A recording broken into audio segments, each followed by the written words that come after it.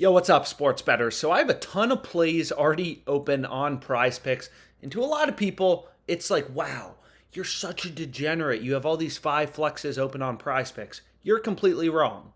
On PrizePicks, it is mathematically optimal. We've gone through the math so many times to place 5 and 6 pick flexes. You should only be placing 5 and 6 pick flexes, right? And you can see kind of on PrizePicks, right? My ROI in 2022, 2023, pretty good in a pretty big sample size. So you should only be playing 5 and 6 pick flexes on PrizePicks, first of all. Second of all, if you have an edge, if you actually have an edge, any sharp sports bettor will know this, right? Any investor will know this. If you have an edge, you want to place more bets on a daily basis. More bets is just diversifying your portfolio of sharp, profitable betting opportunities, right? It's the same reason why you buy the S&P 500 maybe, or an ETF, as opposed to throwing all your money in one stock. So anyways, we have a diversified portfolio of sharp bets for tonight, but regardless, I'm adding another to earn $10,000. I'm betting 400 to win 10,000. In my first play, you can see right here. So I'm on Bay under 18.5 PRAs, right? And a lot of people ask me like, oh, why are you on this? Did you watch his highlights last game? No, I didn't. I don't care. All I'm doing is I'm following the market data. So what's crazy about sports betting, right, is you have dozens of bookmakers all running around trying to set lines independently. I mean, more than dozens, right? So if we switch over to the odds jam screen, I mean, this is a kind of random market. Player steals in the NBA.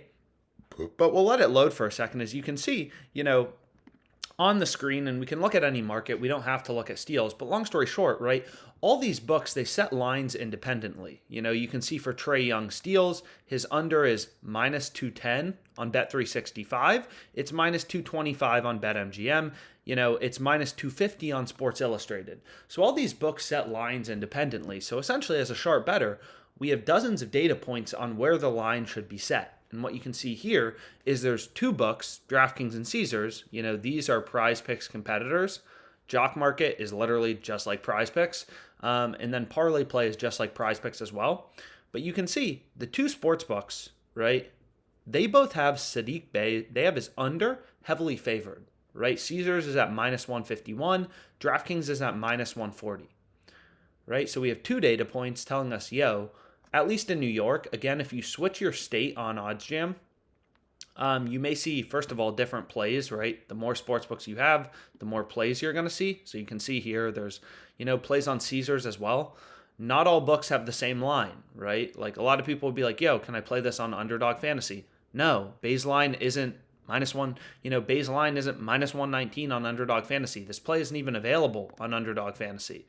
Do I have Underdog Fantasy pulled up? I do. So if we actually go over here, we can take a look. You can see his line is 18 PRAs. So you're getting half of a PRA worse. We're getting under 18 half, right? So if Bay has 18 PRAs, on Underdog, we would push, right? If Bay has 18 PRAs, on Underdog, you'd be betting under 18, so you would push, right? And then on PrizePicks, we're getting under 18 half. So if Bay has 18 PRAs, we're going to win. So that is the edge, right? We are finding an edge. We are finding spots where we are getting too much value. Now, is this bet on Bay guaranteed to win? Right here, right? When you're using OddsJam, the positive EV tool, you're literally just placing the bet in bold, highlighted in green. Is this guaranteed to win? Is it a lock?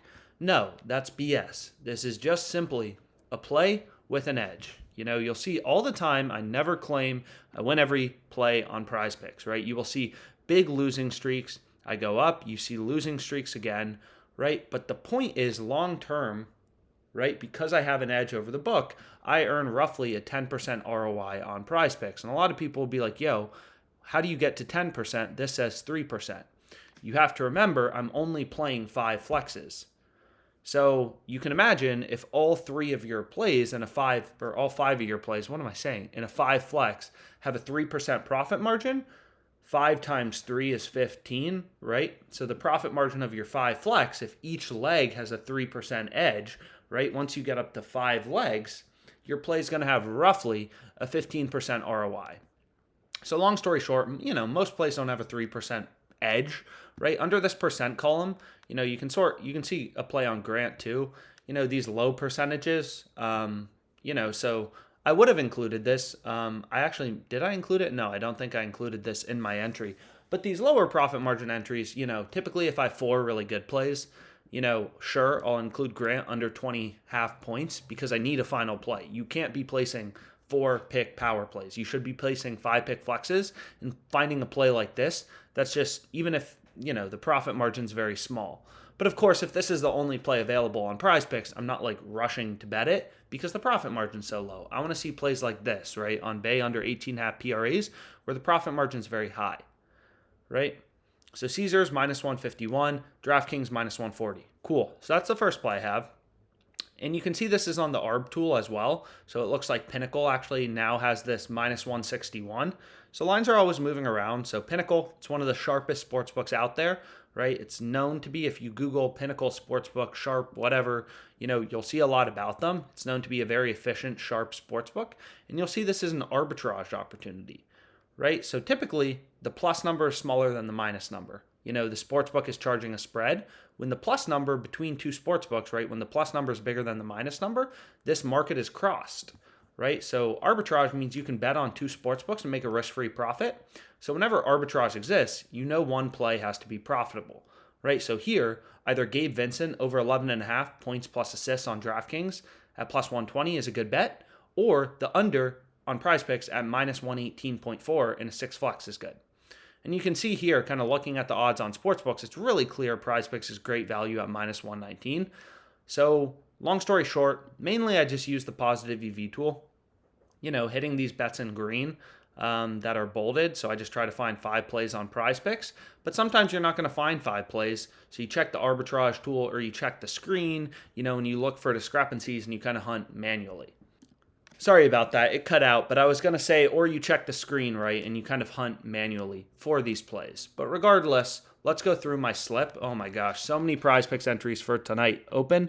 Hopefully we have some bangers in the mix, but we have Bay under 18.5 PRAs, Kawhi under 10.5 rebounds plus assists, Gabe Vincent under 11.5 points plus assists, Jokic over 44.5 PRAs, Bradley Beal under 6 assists, Tim Hardaway under 15.5 points, 6 picks to turn 400 into 10K. Again, 6 flexes. They're a lot less likely to hit than 2-pick power plays, but because the payout is so high, they are mathematically optimal. You are not going to make money. You're not going to make money placing 2-pick power plays. It's just not going to happen. Sorry. So here's my 6-pick flex. Let's make some money. Any questions you have, feel free to reach out. Let's go.